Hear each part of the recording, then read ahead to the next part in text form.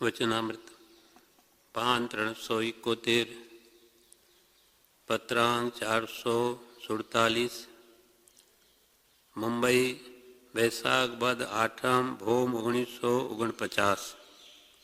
આ પત્ર રેવા શંકર જગજીવન એટલે વાલદેવના ભાગીદાર અને આમ કાકા સસરા થાય એમના ઉપર છે। એમાં લખે છે, જ્યાં ઉપાય નહીં ત્યાં ખેદ કરવો યોગ્ય નથી। જ્યાં ઉપાય નહીં ત્યાં ખેદ કરવો યોગ્ય નથી। જ્યાં કોઈ પણ પ્રકારનો ઉપાય જ ન હોય તો ત્યાં ખેદ એટલે શોક ચિંતા કરીએ શું વળે। માત્ર કર્મ બંધન થાય, આર્ત ધ્યાન છે અને વિશેષ સારું તો ન થાય પણ ઉડતું ખરાબ થાય। કેમ કે ચિંતા કરે ખેદ કરે તેથી કંઈ કાર્ય સુધરે નહીં। ઉપાય કરવો એનો ના નથી, પણ જ્યાં ઉપાય જ આપણા હાથમાં નથી, જ્યાં ઉપાય નહીં ત્યાં સહનશીલતા કર્તવ્ય છે। ઉપાય નથી ત્યાં સહન કરો તો મનમાં શાંતિ રહે। જ્યાં ઉપાય નહીં ત્યાં ખેદ કરવો યોગ્ય નથી। ઈશ્વરેચ્છા પ્રમાણે જે થાય તેમાં ક્ષમતા ઘટે છે। ઈશ્વરેચ્છા પ્રમાણે જે થાય તેમાં ક્ષમતા ઘટે છે અને તેના ઉપાયનો કંઈ વિચાર સૂઝે તે કર્યા રહેવું એટલો માત્ર આપણો ઉપાય છે। ઈશ્વર રેચ્છા એટલે ઈશ્વર કરે, ઈશ્વરેચ્છા એટલે પ્રારબ્ધને આધીન જે કંઈ થાય તે ઈશ્વરેચ્છા પ્રમાણે જે થાય, સુખ કે દુઃખ જે પ્રસંગ આવે તેમાં ક્ષમતા ઘટે છે, તેમાં સંભાવ રાખો અને એ સામાયિક છે।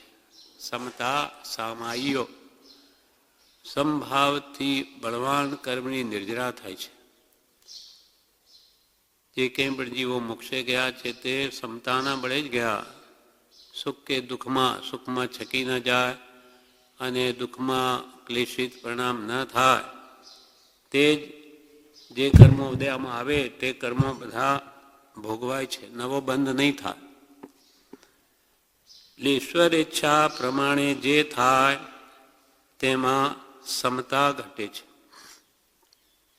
કે જીવ તો સીધ સોચના કરે, કૃષ્ણને કરવું હોય તે કરે। કૃષ્ણ એટલે પ્રારબ્ધ, આપણા પૂર્વે જેવા કર્મ બાંધ્યા છે તે પ્રમાણે જ થશે। એટલે જીવ તું સીધ સોચના કરે એટલે શું તું ચિંતા કરે, છેવટે તો પોતે જેવું બાંધ્યું છે તેમ જ થવાનું છે। કૃષ્ણને કરવું હોય તે કરે, અથવા રાઈ માત્ર ઘટવદ નહીં દેખ્યા કેવળ જ્ઞાન ય નિશ્ચય કર જાન કે તજીએ પ્રથમ ધ્યાન। જે આપણે બાંધ્યું છે પ્રારબ્ધ, જે જ્ઞાન ધ્યાનથી જરૂર એમાં ફેરફાર થઈ શકે, પણ જે ઉદ્યાવલીમાં આવી ગયું એમાં તો કાંઈ નહીં થાય। રાઈ માત્ર ઘટવદ નહીં દેખ્યા કેવળ જ્ઞાનથી ભગવાને જે જોયું એમાં કિંચિત માત્ર પણ ફેરફાર થાય નહીં। એ નિશ્ચય કર જાન કે તજીએ પ્રથમ ધ્યાન। પ્રથમ ધ્યાન કયું? આર્ત ધ્યાન। આર્ત ધ્યાન, રૌદ્ર ધ્યાન, ધર્મ ધ્યાન અને શુક્લ ધ્યાન। તો આર્ત ધ્યાનને છોડો, કેમ કે જે થવાનું છે એમાં કોઈ ફેરફાર નહીં થઈ શકે। એક ધર્મ જ વસ્તુ એવું છે કે એનાથી જરૂર ફેરફાર થઈ શકે। ધર્મે અનંતી ગ્રહા, જે કંઈ પણ બાંધેલા કર્મોમાં જો ઉદયાવલીમાં નહીં આવ્યા તો સત્તામાં છે તેમાં ધર્મ ધ્યાન વડે ફેરફાર કરી શકાય, એ સિવાય બીજો કોઈ ઉપાય નથી। અને જો પૂતગલ ફરસના તે તો નિશ્ચય ફરશે સોય। જે પૂતગલની સ્પર્શના થવાની છે તે તો નક્કી થવાની છે, પણ મમતા સમતા ભાવ સે કર્મ બંધ ક્ષય હોય. જે પૂતગલ કે સંબંધો જે આપણે જેની સાથે જેટલા થવાના છે તે તો થશે, પણ એમાં મમતા રાખે તો બંધાય અને સમતાથી વેદે તો છૂટી જાય. જો પૂતગલ ફરસના નિશ્ચય ફરશે સોય મમતા સમતા ભાવ સે, મમતા સમતા ભાવ સે કર્મ બંધ ક્ષય હોય. એટલે મમતાથી બંધ અને સમતાથી ક્ષય હોય. સુખ દુઃખ મનમાં ન આણીએ, ઘટ સાથે રે ઘડિયા, ટાળ્યા તે કોઈના નવ ટળે રઘુનાથના જડિયા. રઘુનાથ એટલે પ્રારબ્ધ આપણા હિસાબે, આમ રઘુનાથ એટલે શ્રીરામ થાય. રામે કંઈ લેખ લખ્યા નથી, આપણે જ આપણા લેખ લખ્યા છે. એટલે કે સુખ કે દુઃખ મનમાં ના આણીએ, મન ઉપર નહીં લેવું. આપણે જે કંઈ બાંધ્યું છે તે આવશે જ.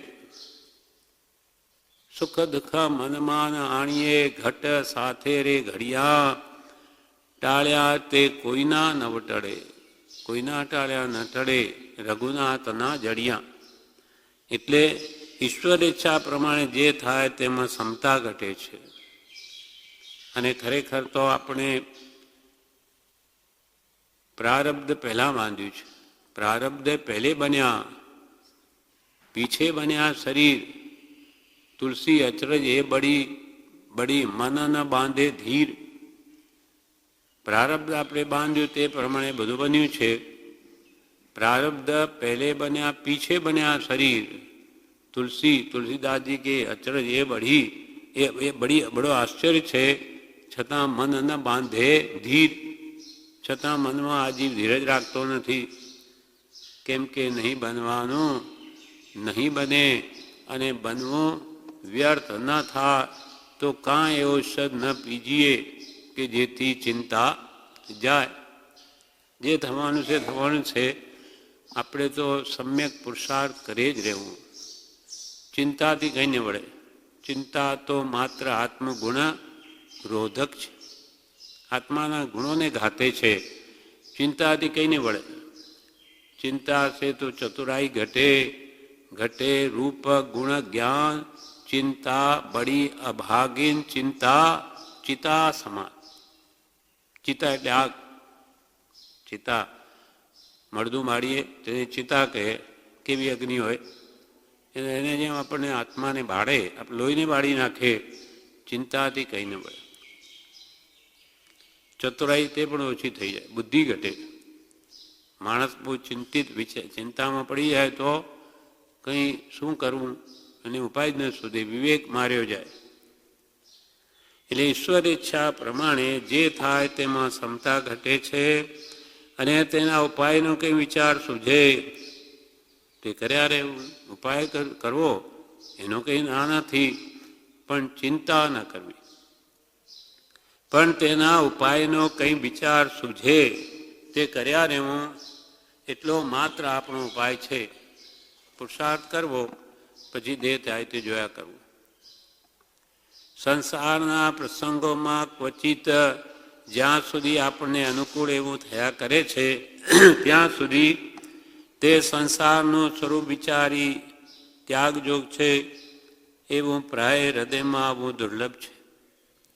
સંસારના પ્રસંગોમાં ક્વચિત જ્યાં સુધી આપણે અનુકૂળ એવું થયા કરે, આપણી ઈચ્છા પ્રમાણે બધું થયા કરતું હોય, બધી સામગ્રી મળ્યા કરતી હોય, પુણ્યનો ઉદય હોય, ત્યાં સુધી તે સંસારનું સ્વરૂપ વિચારી ત્યાગવા યોગ છે. આ સંસાર ત્યાગવા યોગી છે એવું પ્રાય હૃદયમાં આવવું દુર્લભ છે. કેમ કે પુણ્યનો ઉદય હોય, ચારે બાજુ ઈચ્છિત બધું થતું હોય, તે વખતે આ સંસાર દુઃખરૂપ છે એને લાગવું મુશ્કેલ છે. તે સંસારમાં જ્યારે ઘણા પ્રતિકૂળ પ્રસંગોની પ્રાપ્તિ થાય છે તે વખતે પણ જીવને પ્રથમ તે ન ગમતો થઈ પછી વૈરાગ્ય આવે છે. સંસારમાં જ્યારે ઘણા દુઃખના પ્રતિકૂળ એટલે દુઃખના પ્રસંગો બને ત્યારે તે વખતે પણ જીવને ગમે નહીં, દુઃખ કોને ગમે? સર્વજીવ સુખને ઈચ્છે છે, દુઃખ સર્વને અપ્રિય છે. એટલે તે વખતે પણ જીવને પ્રથમ તો તે દુઃખ ન ગમતું થઈ પછી વૈરાગ્ય આવે છે. પછી એને લાગે સંસાર એવો જ છે, મને એમાં દુઃખ જ છે, ખરું સુખ ક્યાં હશે? પછી તે આત્મ સાધનની કંઈ સૂઝ પડે છે. પછી એને કંઈ સૂઝ પડે કે ઓહો કંઈ સુખ ક્યાં હશે, તો એ કંઈ શોધે. એટલે દુઃખમાં સમીરણ સબ કરે, સુખ મેં કરે ને કોઈ, જો સુખ મેં સુમિરણ કરે તો દુઃખ કાયકો હોય. પણ એને દુઃખ આવે ત્યારે જ ભગવાન યાદ આવે. સુખમાં તો કે સોની સાંભળે, અલંકાર દાગીના ઘડાવીએ, પૈસા છે એટલે એને એવી જ બુદ્ધિ સૂજે. દુઃખમાં પછી ભગવાન યાદ આવે. અને જ્ઞાનીઓ તો એ દુઃખને વધારે શ્રેષ્ઠ કહે છે. ગોપાલદેવ 394 પેજ ઉપર જણાવે છે, પત્રાંક 492માં, અમારા ચિત્તમાં તો એમ આવે છે કે મુમુક્ષુ જીવને આ કાળને વિશે સંસારની પ્રતિકૂળ દશાઓ પ્રાપ્ત થવી તે તેને સંસારથી તરવા બરાબર છે.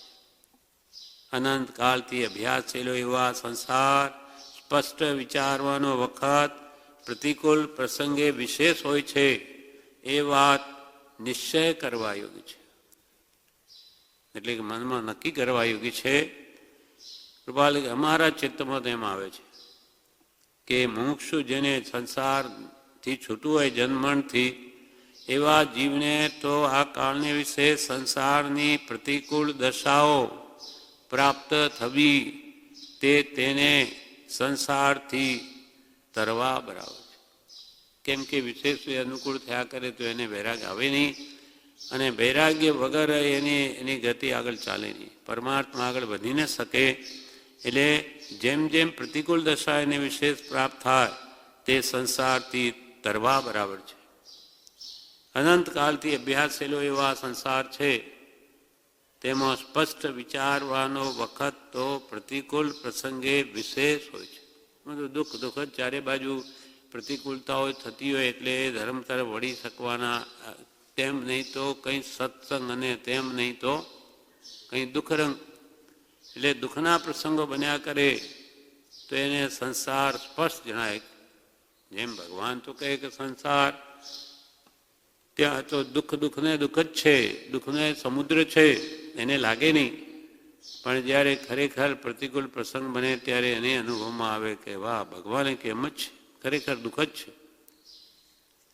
અનંતકાળથી અભ્યાસ થયેલો એવા સંસાર સ્પષ્ટ વિચારવાનો વખત પ્રતિકૂળ પ્રસંગે વિશેષ હોય છે એ વાત નિશ્ચય કરવા યોગ્ય છે, નક્કી કરવા યોગ્ય છે. એટલે કૃપાલદેવ કે સંસારમાં જાણે ઘણા ઘણા પ્રતિકૂળ પ્રસંગોની પ્રાપ્તિ થાય છે તે વખતે પણ જીવને પ્રથમ તે ન ગમતો થઈ પછી વૈરાગ્ય આવે છે, પછી આત્મ સાધનની કંઈ સૂઝ પડે છે. સૂઝ પડે, દુઃખ હોય તો કંઈ ધર્મની વાત અંદર ઉતરે, અને પરમાત્મા શ્રી કૃષ્ણના વચન પ્રમાણે મુમુક્ષુ જીવને તે પ્રસંગો સુખદાયક માનવા ઘટે છે. કૃપાલદેવે શ્રી કૃષ્ણ પહેલાં તો મહાત્મા અમુક કહ્યું છે, અહીંયા તો પરમાત્મા કહ્યા. કેમ કે સહાયક સમ્યક દ્રષ્ટિ છે. સહાયક સમ્યક દ્રષ્ટિનું મિથ્યાત્વ જડમૂળથી ગયું. મેરુ પર્વત જેટલું પાપ નષ્ટ થઈ ગયું, એટલે આ સહાયક સમ્યક દ્રષ્ટિ છે શ્રી કૃષ્ણ. એટલે અહીંયા પરમાત્મા શ્રી કૃષ્ણના વચન પ્રમાણે તો મુમુક્ષુ જીવને તે પ્રસંગો સુખદાયક માનવા ઘટે છે. જે આવે તે સહન કરવું, પુરુષાર્થ કરી જવો, ફળની આશા નહીં રાખવી.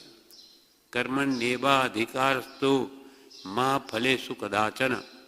ગીતામાં શ્રી કૃષ્ણ અર્જુનને કહે, હે અર્જુન, કર્મ કરવાનો તારો અધિકાર છે, ફળનો નહીં. ફળ માટે મેં વિચાર્યું તો પુરુષાર્થ કરી જા. અને તેમની કેટલી શક્તિ શ્રી કૃષ્ણે શાયદ તમે દર્શન હોવાથી આખી દ્વારિકા સોનાની બળી રહી છે, પોતે જોઈ રહ્યા છે. પોતાના માતા પિતાને કાઢવાનો પ્રયત્ન કર્યો, પણ દીપાને કહ્યું કોઈને નહીં છોડું તમારા સિવાય, 2 જણ સિવાય, એને કંઈ બળ દે બેને, એ સિવાય બધાને, કોઈને નહીં, બધાને બાળી નાખીશ. છેવટે માતા પિતાને પણ શ્રી કૃષ્ણ બહાર કાઢે છે. દરવાજા આવ્યો, રથ ઉપર પડ્યો દરવાજોને, એમનું પણ મૃત્યુ થઈ ગયું. બધા પોતાના કુટુંબીનું, પ્રજાનું સાક્ષાત બધા અગ્નિમાં હોમાતા જુએ છે, પણ જુએ શું કરે, ઉપાય જ નથી કોઈ. એમ સમતાએ બધું સહન કરે છે. એમ પરમાત્મા શ્રી કૃષ્ણના વચન પ્રમાણે મુમુક્ષુને તે પ્રસંગો દુઃખના તે સુખદાયક માનવા ઘટે છે. કેમ કે જ્ઞાનીઓ આમાં આત્મ પરિણામની સ્વસ્થતા રાખીને બળવાન નિર્જરા કરે છે, સંભાવના બળે. એટલે કહ્યું કે સુખ કે માથે શીલ પડો, સુખના માથે પથરા પડો. શીલ એટલે પથરો મોટો.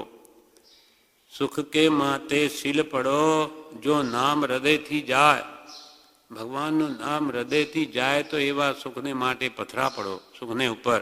અને બલિયારી વા દુઃખ કી જ્યાં પલ પલ નામ જપાય, એવા દુઃખની પણ બલિયારી છે કે જ્યાં પ્રતિક્ષણે ભગવાનનું નામ યાદ આવે. સુખને માથે શીલ પડો, જ્યાં નામ હૃદયથી જાય, બલિહારી વા દુઃખ કી જ્યાં પલ પલ નામ જપાય. એટલે મહાત્મા શ્રી કૃષ્ણના વચન પ્રમાણે મુમુક્ષુ જીવને તે પ્રસંગો સુખદાયક માનવા ઘટે છે કે જે પ્રસંગને કારણે આત્મા સાધન સૂજે છે. જેમ કે શ્રી પાંડવોની માતા કુંતા માતા, શ્રી કૃષ્ણ કોઈ કારણસર પ્રસન્ન થયા અને કુંતા માને કહ્યું કે માગો, તમારે જે જોઈએ માગો આપું. ત્યારે કુંતામાં શું કહે, તમે નહીં આપી શકો. હું કહું તે તમે નહીં આપી શકો. તો કે માં તમે આખી દ્વારિકાનું રાજ્ય માગો ને તોય આપી દઈશ, માગો. ત્યારે કુંતામાએ શું માગ્યું, મને દુઃખ આપો. ચકિત થઈ ગયા શ્રી કૃષ્ણ, આ શું દુઃખ માગ્યું? કે ભગવંત મને તો દુઃખમાં જ તમે સાંભળો છો, સુખમાં ભૂલી જવાય છે. એટલે દુઃખના પ્રસંગો જ મને ભગવાનની સ્મૃતિ નિરંતર રહેવા દે છે. એટલે મને જો આપી શકતા તો દુઃખ આપો. એટલે સુખ દુઃખ બંને મનની કલ્પના છે. જેમ કે આપણે સંસારમાં સુખ મળે તો રાજી થઈએ, જ્યારે ભગવાનો કે જ્ઞાની ભગવાન મહાવીર કે જ્ઞાની પુરુષો કૃપાળે પણ દુઃખના પ્રસંગને વધારે ઈચ્છે છે. શ્રી મહાવીર પ્રભુને પણ કોઈ દુઃખ આપે નહીં, એટલે એ પણ અનારી દેશમાં ગયા કે જ્યાં પછી શિકારી કૂતરાઓ છોડે, દુઃખ આપે, ત્યારે ભગવાનને આનંદ થાય. એટલે ભગવાન કે જ્ઞાનીઓને દુઃખમાં આનંદ થાય ને આપણને સુખમાં આનંદ થાય. હવે સુખરૂપ શું, દુઃખ કે સુખ? જ્ઞાનીઓ કે બંને મનની કલ્પના છે. અનુકૂળ કલ્પના એ સુખરૂપ ભાષે, પ્રતિકૂળ કલ્પના એ દુઃખરૂપ ભાષે છે. અને બંને કલ્પના કરવાની જ્ઞાનીઓએ ના કહી છે. સુખની અને દુઃખની જે આવે તે સમતાએ સહન કરો. કેમ કે બંને મોક્ષ માર્ગને તો રોધક જ છે. મોક્ષ પામવામાં તો પુણ્યનો ઉદય હોય કે પાપનો, સુખ કે દુઃખ, એ બધા જ પરિણતિને બગાડનાર જ છે. શુદ્ધ ભાવ જ ઉપાદેય છે. એટલે પરમાત્મા શ્રી કૃષ્ણના વચન પ્રમાણે મુમુક્ષુ જીવને તે પ્રસંગો સુખદાયક માનવા ઘટે છે કે જે પ્રસંગને કારણે આત્મા સાધન સૂઝે છે. દુઃખમાં સૂઝે, સુખમાં નથી સૂઝતું. અને અમુક વખત સુધી અનુકૂળ પ્રસંગી સંસારમાં કદાપી સત્સંગનો જોગ થયો હોય તો પણ આ કાળમાં તે વડે વૈરાગ્યનું યથાસ્થિત વેદન થવું દુર્લભ છે. અમુક વખત સુધી અનુકૂળ પ્રસંગી સંસારમાં, એટલે બધી અનુકૂળતા આપણને મળ્યા કરતી હોય, બધું જ જે થાય બધું બાહ્ય સાતાના સાધનો નિમિત્તો બધા મળતા હોય, તેવા સમયમાં કદાપી સત્સંગનો જોગ થયો હોય, સત્સંગ કર્યો હોય તો પણ આ કાળમાં તે વડે વૈરાગ્યનું યથાસ્થિત વેદન થવું દુર્લભ છે. કેમ કે બહારની સાતા એ જીવને પ્રમાદી બનાવે છે, ત્યાં પુરુષાર્થ જાગૃત થતો નથી. એટલે અમુક વખત સુધી અનુકૂળ પ્રસંગી સંસારમાં કદાપી સત્સંગનો જોગ થયો હોય તો પણ આ કાળમાં તે વડે વૈરાગ્યનું યથાસ્થિત વેદન થવું દુર્લભ છે. યથાસ્થિત વૈરાગ્ય પ્રગટવું દુર્લભ છે. પણ ત્યાર પછી પ્રતિકૂળ કોઈ પ્રસંગ બન્યા કર્યા હોય તો તેને વિચારે, તેને વિમાસણે સત્સંગ હિતકારક થઈ આવે છે. પણ પાછા પ્રતિકૂળ પ્રસંગો થયા કરે તો તેના વિમાસણે એટલે વિચારે, ઊંડા વિચારથી પછી એને સત્સંગ હિતકારી લાગે છે. અને પુણ્યનો ઉદય બી કંઈ હંમેશા નથી રહેતો. એને પણ પાપના ઉદય તો દરેકને આવે છે, ચડતી પડતી હોય જ. પુણ્ય ઉદય જિન કે તિન કે ભી નહીં સદા સુખ સાતા. પુણ્યનો ઉદય જ્યારે બધાને હોય છે ત્યારે પણ કંઈ હંમેશા એને સુખ સાતા હોતી નથી. પુણ્ય ઉદય જિન કે તિન કે ભી નહીં સદા સુખ સાતા. બેરસ હોય વિપાક સમય તબ સબદી સે દુઃખ દાતા. એ જ પુણ્યનો ઉદય મટી જઈને પાપનો ઉદય થાય કે એના એ લોકો પછી દુઃખના દેવાવાળા થાય. જે સુખના કારણ જણાતા હતા એ જ પછી દુઃખના કારણ બની જાય છે. આના માટે પ્રભુશ્રીજીએ એક દ્રષ્ટાંત આપ્યું છે. 311 પાન ઉપર ઉપદેશામૃતમાં છે.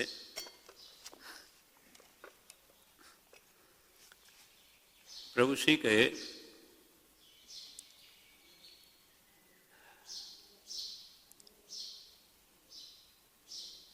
આત્મસિદ્ધિ નામનું શાસ્ત્ર છે તે પણ બહુ સમજવા જેવું છે.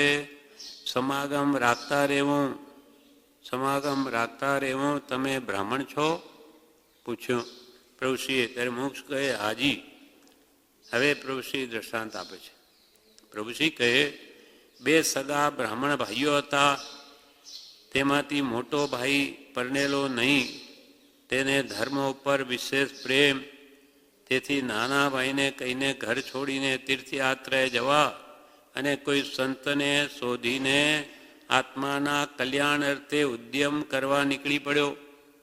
મોટો ભાઈ ભણેલો નહીં, ધર્મ પર વિશેષ પ્રેમ, એટલે નાના ભાઈને કહીને તીર્થયાત્રા કરવા અને કોઈ સંતને શોધી આત્માનું કલ્યાણ કરું એના માટે નીકળી પડ્યો. ખોળે તેને જગતમાં મળી આવે છે, શોધે તેને મળી આવે. તેમ કોઈ પહાડી મુલકમાં એક સાચા મહાત્મા આત્મજ્ઞાન પામેલા તેને મળી આવ્યા. તેની સેવામાં તે રહ્યો. તે મહાત્માની કૃપાથી તેને આત્મજ્ઞાન થયું. તેને બધું સ્વપ્નવત જણાયું. આત્મજ્ઞાન થયું એટલે બધું સંસાર સપના જેવો લાગ્યો.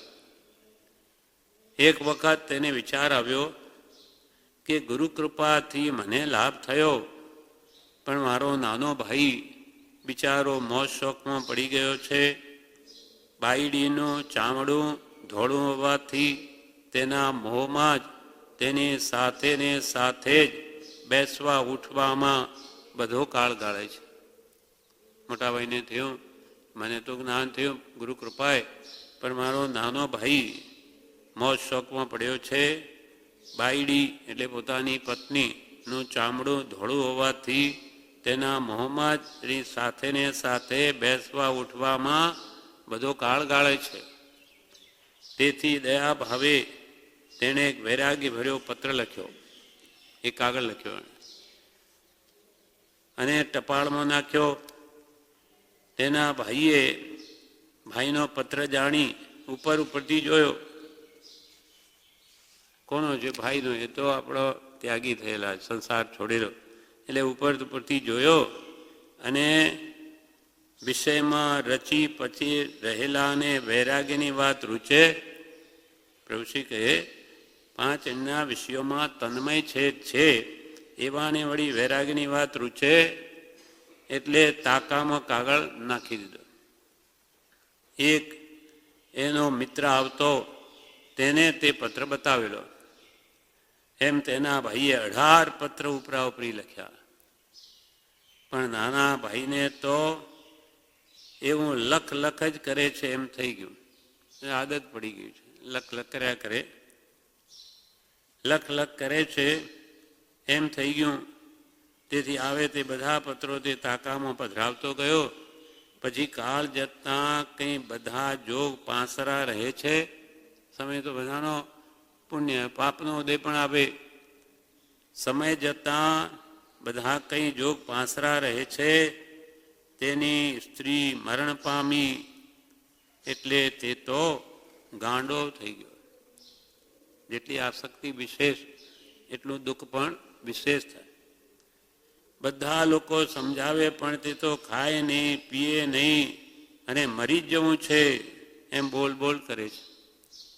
કૃપાલે લખીને 128 પત્રમાં એના વગર નહીં જીવી શકું. કેટલા સ્ત્રીયાદિક પદાર્થો એના વગર નહીં જીવી શકું તો પણ એટલા કાળ સુધી જીવાયું એ કંઈ થોડું આશ્ચર્યકારક નથી. બધા સમજાવે પણ નહીં, બસ મારે તો ખાવું નથી, પીવું નથી, મરી જ જવું છે, એના વગર હું નહીં જીવી શકું એમ બોલ કરે.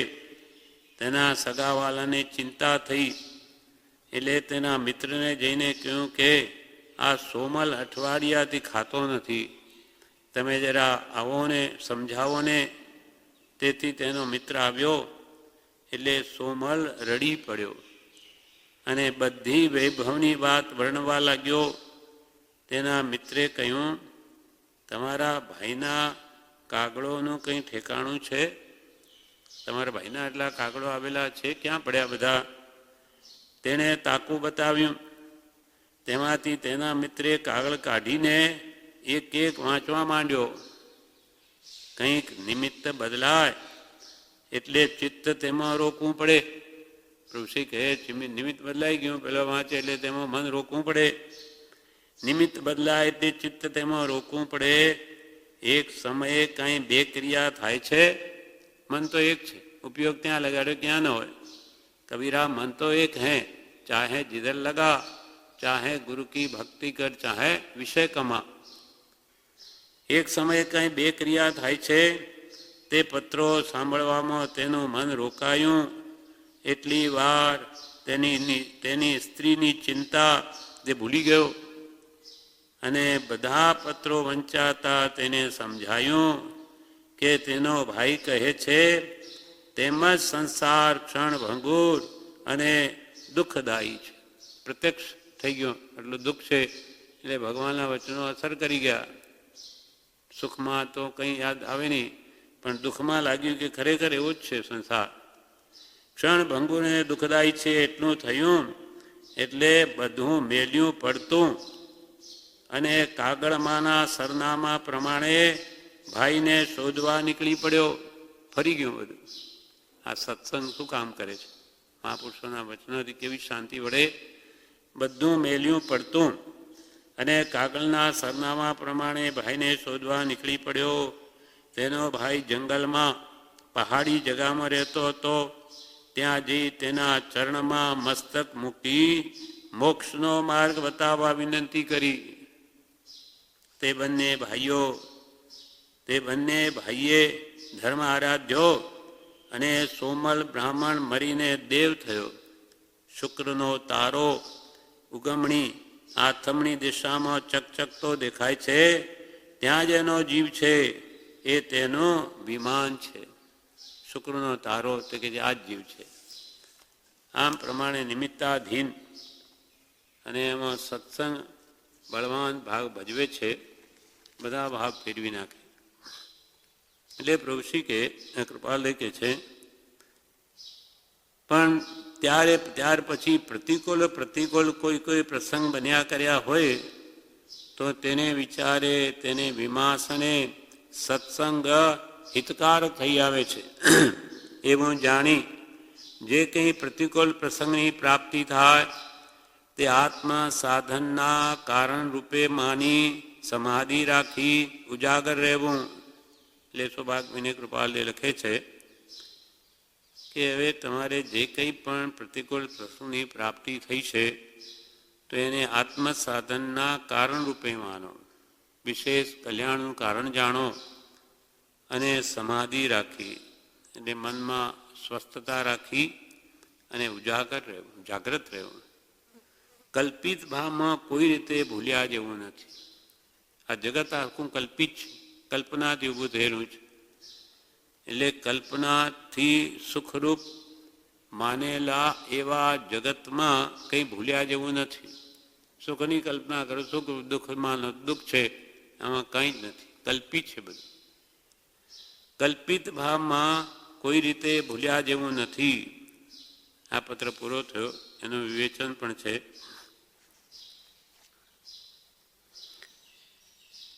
પત્રાંક 447 વિવેચન, ગોદામૃત ભાગ 2 પાનું 123.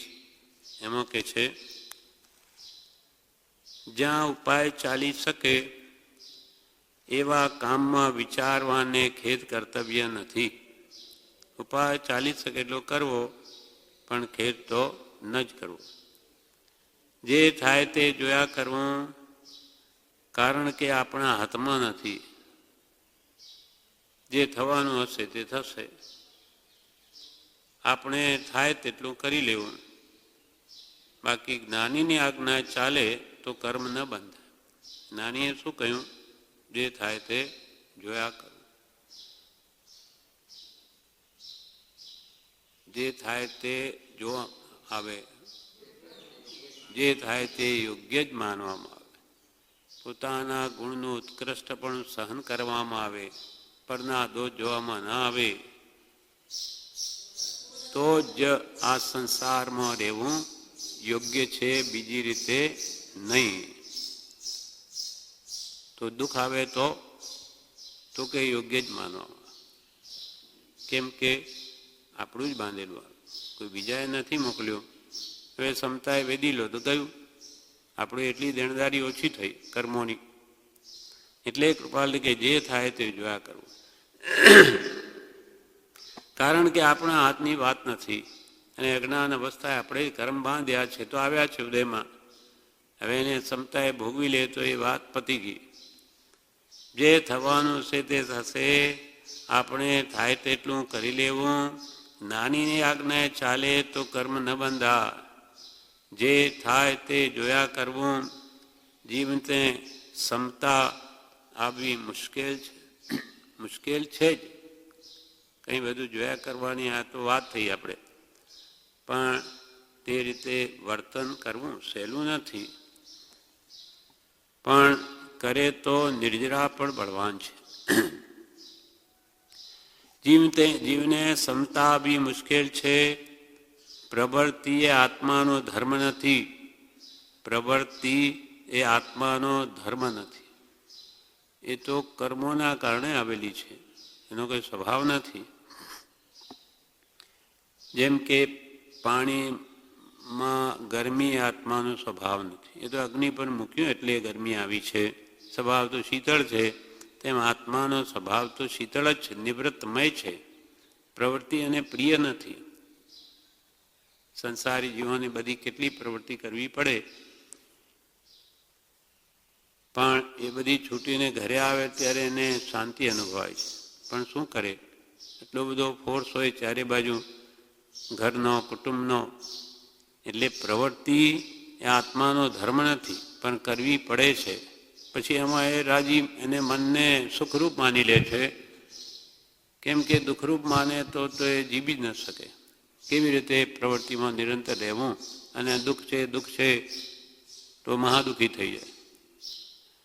પ્રવૃત્તિ આત્માનો ધર્મ નથી. સાચી સમજણ કરી લેવાની છે.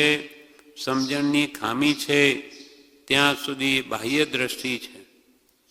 સાચી સમજણ જ્યાં સુધી નથી આવી ત્યાં સુધી આ જીવની દ્રષ્ટિ બાહ્ય છે.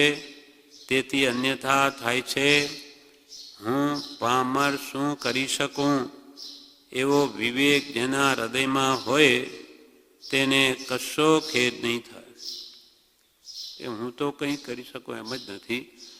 જે કંઈ પણ મારા કર્મ પ્રમાણે થઈ રહ્યું છે, ઈશ્વર ઈચ્છા પ્રમાણે બસ સુખદાયક છે, એવો ભાવ આવે તો કે છે એને કંઈ ખેદ નહીં થાય.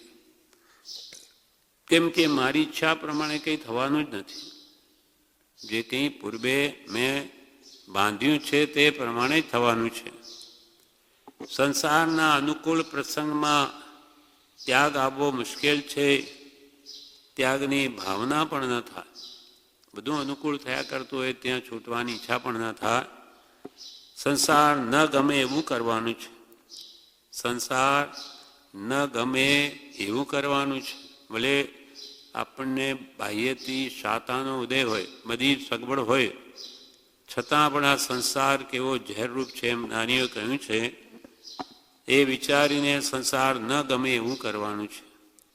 સંસારને એક સમય પણ સ્મરવો નહીં. એક સમય પણ સંસારને યાદ કરવો નહીં. સંસારમાં દુઃખ હોય તો સંસાર ખરાબ લાગે, પણ નાની કે દુઃખ તો સારું છે. સંસારમાં દુઃખ હોય તો સંસાર ખરાબ લાગે, પણ દુઃખ તો સારું છે. દુઃખ જીવને ચેતાવે છે. આવી આપણી સમજણ થઈ જાય. એ દુઃખ હોય તો આપણને વિશેષ ભક્તિ, સત્સંગ, ધર્મ તરફ આપણું વલણ રહે તો દુઃખ પણ સુખરૂપ થઈ જાય. એટલે કે દુઃખ હોય તો દુઃખ માનતો નથી.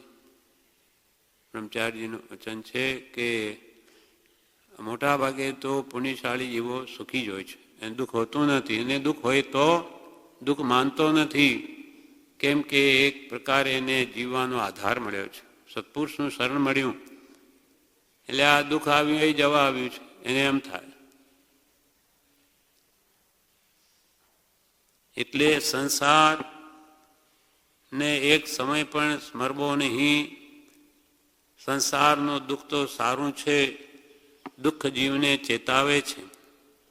પ્રતિકૂળ પ્રસંગો વિચારવાનને હિતકારી છે. પ્રતિકૂળ પ્રસંગો વિચારવાનને હિતકારી છે.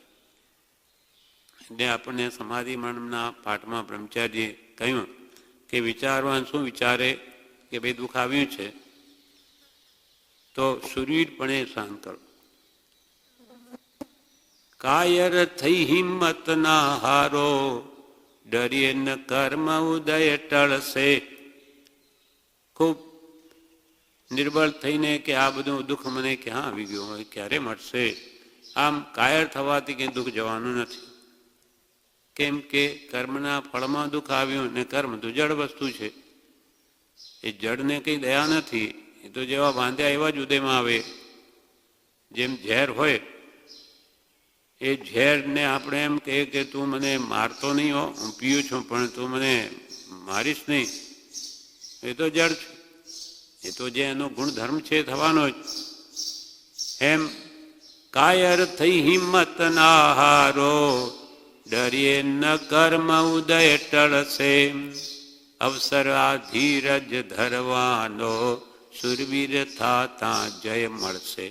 સુરવીર થા તો આ કર્મ જતું રહેશે, બળવાન નિર્જરા થશે. અવસરા ધીરજ ધરવાનો સુરવીર થાતા જય મળશે.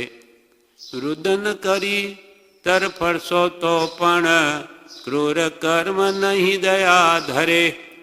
રુદન કરી તરફરશો તો પણ ક્રૂર કર્મ નહીં દયા ધરે. આર્ત ધ્યાન કરી દુર્ગતિ કાજે કર્મ કમાણી કોણ કરે. આર્ત ધ્યાન કરી દુર્ગતિ કાજે કર્મ કમાણી કોણ કરે. આ ધ્યાનથી કંઈ એ દુઃખ તો જવાનું નથી. ખૂબ હાય હાય કરે તેથી કંઈ દુઃખ જતું રહે, ઉડતું વધે. આપણને તાવ આવ્યો હોય અને સત્પુરુષનો આશ્રય ન હોય તો એટલું બધું થાય કે આ મને ક્યારે મળશે. અરે તમે લોકો કંઈ ધ્યાને આપતા નથી. કુટુંબીઓ પર પણ વધારે ખીજાય, મન ઉપર દુઃખ એટલું બધું લઈ લે કે મારે આ ક્યારે મળશે. અને સત્પુરુષનો આશ્રિત હોય તો કાંઈ નહીં. આવ્યું છે, દવા કરવી આપણો ફરજ છે, પછી તો જે થાય તે જોયા કરો એમ કરીને શાંતિથી સહન કરે, મન પર લે નહીં. એટલે એનું દુઃખ પણ ઘણું હોય તો ઓછું લાગે. અને સત્પુરુષનો આશ્રિત ન હોય, કોઈ દિવસ આ કર્મને ધર્મની વાત જ ન સાંભળી હોય તો એને તો થોડું પણ ઘણું લાગે, બહુ જ લાગે. એટલે કે છે હંમેશા સુરવીર થઈને આવેલા કર્મનો સામનો કરો, ધીરજ રાખો અને ક્ષમતાએ સહન કરો. પ્રતિકૂળ પ્રસંગો વિચારવાનને હિતકારી છે. કોઈ જીવ અહીંથી સમ્યક્ત્વ પ્રાપ્ત કરી નરકમાં જાય તો પણ સમ્યક્ત્વને સાચવીને લઈ આવે છે નરકમાંથી. અને દેવલોકમાં જાય તો કોઈ પણ આવે કે સુખની બધા સાધનો ઘણા છે ત્યાં ભૂલી જાય આત્માને. દુઃખમાં આત્માને કંઈ નુકસાન નથી. નાનીઓ કે દુઃખમાં આત્માને કંઈ નુકસાન નથી. દેહ દુઃખમ મહાફલમ. દેહને જેટલું દુઃખ થાય તેટલું આત્માને વિશેષ લાભ છે. દેહને જેટલું દુઃખ એટલું આત્માને સુખ. અને આત્માને જેટલું દેહને જેટલું સુખ તેટલું આત્માને દુઃખ. અને દેહને જેટલું દુઃખ એટલું આત્માને સુખ. દેહ દુઃખમ મહાફલમ.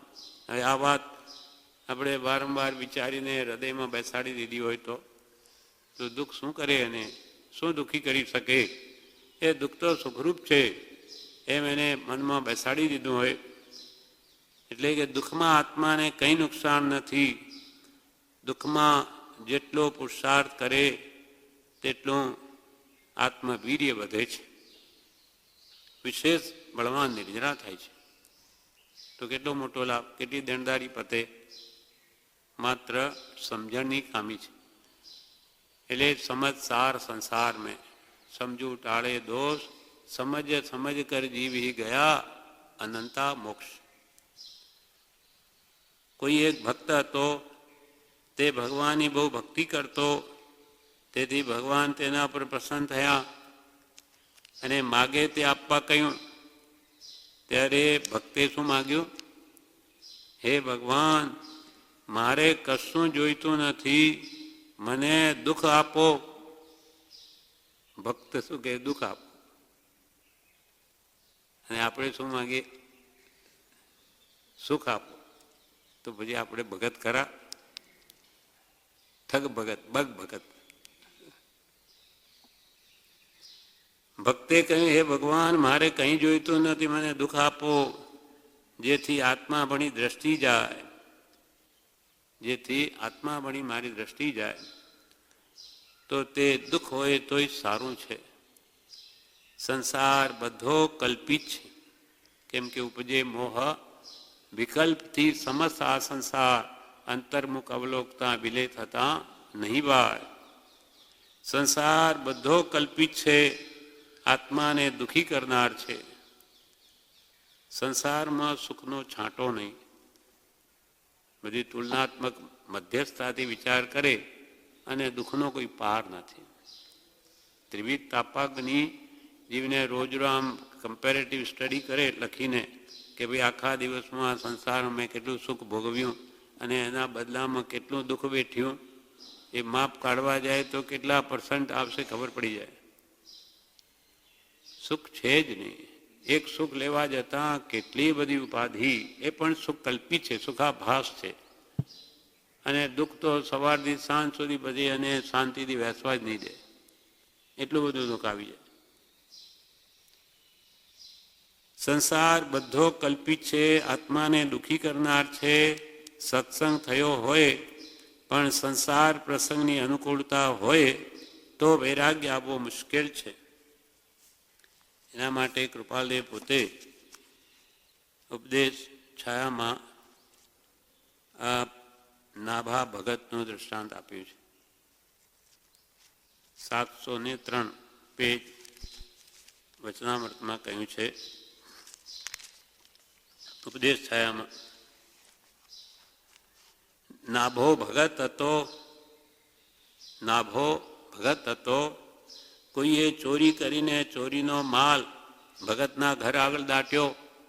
ચોરી કરી બીજાએ માલ દાટી દો એની ઝૂંપડી આગળ. તેથી ભગત પર ચોરીનો આરોપ મૂકી કોટવાલ પકડી ગયો, કેદમાં નાખી. ચોરી મનાવવા માટે રોજ બહુ મારવા માંડ્યો. બોલ, ચોરી તે કરી છે કે નહીં? માં બોલ. હા કે. પણ સારો જીવ, ભગવાનનો ભગત, એટલે શાંતિથી સહન કર્યું. ત્યારે ગોસાઈજી આવીને કહ્યું કે હું વિષ્ણુ ભક્ત છું, હું તો વિષ્ણુનો ભગત છું. ચોરી કોઈ બીજાએ કરી છે એમ કહે ને. હવે મેં નથી કરી, ચોરી તો બીજાએ કરી છે. હું તો વિષ્ણુ ભગત છું, ચોરી કોઈ બીજાએ કરી છે એમ કહે. ત્યારે નાભા ભગતે કહ્યું, એમ કહીને છૂટવા કરતાં આ દેહને માર પડે તે શું ખોટું? મારે ત્યારે હું તો ભક્તિ કરું છું. ભગવાનના નામે દેહને દંડ થાય તે સારું. એને નામે બધું સબળું, ભગવાન નામે બધું જ સબળું. ભલે દેહને માર પડે તોય કે સારું. પછી બસ શું કે દેહ રાખવાને માટે ભગવાન નામ નહીં લેવું, ભલે દેહને માર પડે તો સારું. શું કરવો છે દેહને? કૃપાલદેવ પણ આ દેહને કેટલું આપે? રૂપિયા ભાર રોટલી. રૂપિયો ચાંદીનો હતો તે વખતે રોટલી એની કેટલી બને? પાતળી, કદાચ 2 રોટલી બનતી હશે. અને દૂધ આપે થોડુંક ઉત્તરસનામાં. આ શરીર કજિયા કરે છે, માગે છે, અમે નથી આપતા. શું કરવો છે આ દેહને? અથવા જે એમને વિચાર્યું હોય એમ શું કરવો છે આ દેહને, એમ કરીને ભગવાનની ભક્તિ જ એમને તો પ્રિય છે. એમ કે દેહને તો પોતાનો માનતા જ નથી. એમ સંસાર બધો કલ્પિત છે, આત્માને દુઃખી કરનાર છે. સત્સંગ થયો હોય પણ સંસાર પ્રસંગની અનુકૂળતા હોય તો વૈરાગ્ય આવવો મુશ્કેલ છે. સંસારમાં સુખ નથી, એમાં રહેવા જેવું નથી. સંસારમાં સુખ કેવું છે? સુખાભાસ, મૃગ તૃષ્ણા જેવો. કચ્છના રણમાં મૃગ હરણ, ત્યાં બહુ તાપ પડે એટલે રેતી એકદમ ચમકે. દૂરથી આપણે જોઈએ તો હા ત્યાં પાણી જેવું દેખાય. એટલે મૃગ જાણે કે આગળ પાણી છે એમ દોડ્યા જ કરે. દોડ્યા જેમ જુએ ત્યાં આગળ એને આવું જ દેખાય. એ તો બિચારું એટલી અકલ એની સમજણ છે નહીં. એ ત્યાં પાણી માને છે એમ માનીને કેટલું આગળ જતું રહે. છેવટે થાકે, પાણી ન મળે અને અંતે બિચારું ત્યાં જ તરફડતું મરી જાય. એવી સ્થિતિ આપની છે. આ જીવ સુખ શોધવા જ, સુખ કે આમાં સુખ છે સંસારમાં, કુટુંબમાં, ધનમાં, પૈસામાં. એટલે એમાં ને એમાં આખી જિંદગી ગાળે ને અંતે એમાં જ મરી જાય છે, પણ સુખ મળતું જ નથી. એમ સંસારમાં સુખ નથી પણ સુખાભાસ છે, એમાં રહેવા જેવું નથી. સંસારના સુખ દુઃખ બંને કર્મના ફળ છે, તેથી બે સરખા છે. સુખ એ દુઃખ, એમાંથી કોઈ મોક્ષ આપે એવું નથી. સરવાળે તો આ સુખ એટલે પુણ્ય, પુણ્યને પણ છોડવું જ પડશે. પુણ્ય એટલે શુભ, શુભ ને અશુભ તે શુભાશુભ છેદતા ઉપજે મોક્ષ. એટલે સરવાળે તો બે બેડી છે. પાપ છે તે લોખંડની બેડી, પુણ્ય છે તે સોનાની બેડી. પણ બે આપણને બાંધી જ રાખે છે. બે મોક્ષ કોઈ અપાવતા નથી. પણ આપણને શું કહ્યું કે ભાઈ પાપ કરતાં પુણ્ય સારું, કે એમાં બધી અનુકૂળતાઓ મળે, ધર્મની કે સત્પુરુષની કે બાહ્ય સુખ સમૃદ્ધિ તો આપણે ભગવાનની ભક્તિ, સત્સંગ, સ્વાધ્યાય કંઈ કરી શકીએ એ અપેક્ષા એ સારું છે. અપેક્ષા પાપની અપેક્ષા એ પુણ્ય સારું, પણ શુદ્ધની અપેક્ષા એ તો પુણ્ય પણ સારું નહીં. પુણ્યમાં પણ શુભ ભાવમાં એ બંધ છે કર્મનો, શુદ્ધમાં બંધ નથી. એટલે કે સંસારના સુખ કે દુઃખ, સુખ મળે પુણ્યથી, સુખ કે દુઃખ બંને કર્મના ફળ છે. તેથી બે સરખા છે. મોક્ષ માર્ગને રોકનાર છે પુણ્ય. કે વ્યવહારે ઉપાધિ પહેલાં એકદમ મૂકી દે તો પછી નિશ્ચય ભાસી થઈ જાય. બધા પાપ ને પુણ્ય બધા સરખા એમ કરીને પુણ્યને પણ મૂકી દે તો પછી શું રહે? શુદ્ધ ભાવ તો આવ્યો નથી, પછી તો પાપ જ રહે. તો એ તો જીવ કોઈ કાળે ઊંચો ન આવે. અપેક્ષા એ વાત છે. શુદ્ધની અપેક્ષાએ પુણ્ય પણ ઉપાદે નથી, પણ અશુભની અપેક્ષાએ પુણ્ય ઉપાદે છે. એમ બે સરખા છે. મોક્ષ માર્ગને રોકનાર છે. મને શું હિતકારી છે તેનું જીવને ભાન નથી. આપણને શું કલ્યાણ કરે આપણને કંઈ ખબર નથી. નાની એ તો આત્માના સુખને સુખ કહ્યું છે. નાની પુરુષોએ તો આત્માના જે શુદ્ધ સ્વભાવથી ઉત્પન્ન થતું સુખ, સ્વાધીન સુખ, તેને સુખ કહ્યું છે. અને આ સંસારના જે પુણ્યથી મળતા બાહ્ય શાતા, તેને જ્ઞાનીઓએ શું કહ્યું? ઓછું દુઃખ. અશાતામાં પાપના ઉદયમાં વિશેષ દુઃખ, શાતાના ઉદયમાં ઓછું દુઃખ. એટલે બાહ્ય સગવડ મળે એટલે એને જરા શાંતિ વેદાય એટલે ઓછું દુઃખ કહ્યું છે. સુખ તો આત્મામાં જ છે. સુખ વસે આત્મા વિશે તેનો નહીં નિર્ધાર. સુખ શોધે હીન વસ્તુમાં જડમાં નહીં જડનાર. આ જીવ સંસારમાં સુખ શોધે છે, કોઈ કાળે નહીં મળે. નાનીઓ કે ત્યાં છે જ નહીં તો તમને ક્યાંથી મળે? જાણે કે કોઈ કોલસાની ખાણમાં હીરો શોધતો હોય તો ગમે એટલો ઊંડો જાય ન જ મળે, કેમ કે ત્યાં હીરો હીરાની ખાણ જ નથી, છે જ નહીં ત્યાં. તેમ સંસારમાં સુખ છે જ નહીં. એના સુખને બદલે કૃપાલ તો કે જ્ઞાનીઓ વૈરાગી શા માટે બોધ્યો? આવો મોક્ષમાળામાં પાઠ લખ્યો, એમાં ચોખ્ખું લખ્યું કે આ સંસારમાં દુઃખ, દુઃખને દુઃખ જ છે, દુઃખનો સમુદ્ર છે. એમને કંઈક ત્યાં થોડુંક સુખ પણ છે, ઘણું દુઃખ છે, એમને દુઃખ જ છે. સમુદ્રના કિનારા ઉપર રહીને માણસ ઉભો રહે તો શું દેખાય? પાણી, પાણી ને પાણી ચારે બાજુ. તેમાં સંસારમાં ગમે તે ગતિમાં, ગમે તે સ્થિતિમાં દુઃખ, દુઃખ ને દુઃખ જ છે. એને સમ્યક વિચારણા જાગે તો એને પણ અનુભવ આવે એવું છે. કોઈ પણ પદાર્થનો વિચાર કરવામાં આવે આ સંસારના તો તે પ્રત્યે વૈરાગ્ય આવે વિના રહે નહીં. કેમ કે પદાર્થનું સ્વરૂપ જ એવું છે બધાનું. આ પ્રમાણે આ પત્ર પૂરો થયો, વિવેચન પણ પૂરું થયું. વિશેષ આપણે આવતીકાલે